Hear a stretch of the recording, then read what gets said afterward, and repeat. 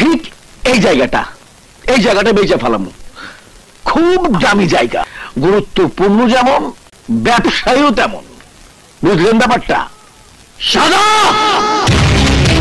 ওই জমির দিকে যে হাত বাড়াবে তার শরীরে হাত বলে কিছুই থাকবে না। যে লোভের চোখে তাকাবে সারা জীবন তার চোখ বলে কিছুই থাকবে না। ওই জমি দখলের কথা যে বলবে তার জিহ্বা টেনে ছিঁড়ে আমি জুতার সোল বানাবো। আরে এইটা ঠিক দোস্ত, ওই জমি আমার, তুই নিজের চোখে আমার দলিল দেখছস। আরে রাখ তোর দলিল।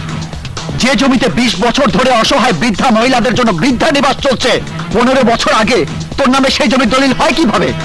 সিডর, তুই কি তোর এই দোস্তরে বিশ্বাস করস না? হ্যাঁ বুঝছি, তরে তোর জমানা না করলে তোর মাথায় ঢুকবো না।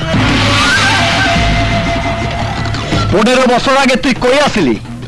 আরে 14 বছর আগে কিশোর সংশোধনী কেন্দ্রে তোর সাথে আমার দেখা হয়েছে, তোর মুখেই শুনছি। তারও 5 বছর আগে থেকে তুই এখানে বদলি ছিলি। তাহলে 15 বছর আগে তোর নামে দলিল হইল কিভাবে? ওই মিয়ারা জাফর, ফট ফট ফট, নইলে সিডরের তাণ্ডব দেখাই দেব। কামটা তুই ভালো করলি না সিডর।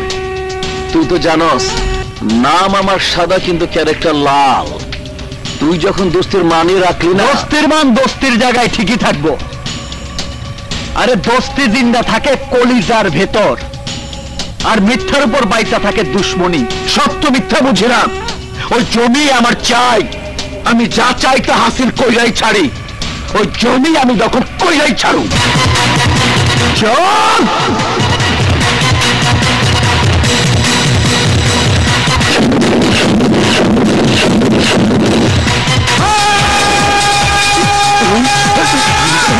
ওই জমির দিকে হাত বাড়াইলে সিডরের এমন রূপ তুই দেখবি যা আজ পর্যন্ত কেউ দেখে নাই।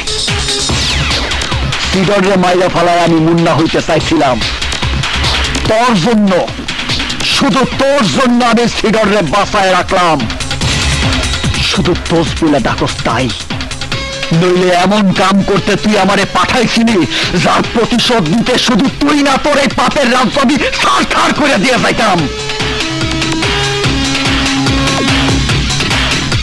মনে রাখিস, সিডর যদি আবার আসে তোর উপরই আইব, সেই দিন তোর কোনো অস্তিত্বই খুঁজা পাওয়া যাইব না।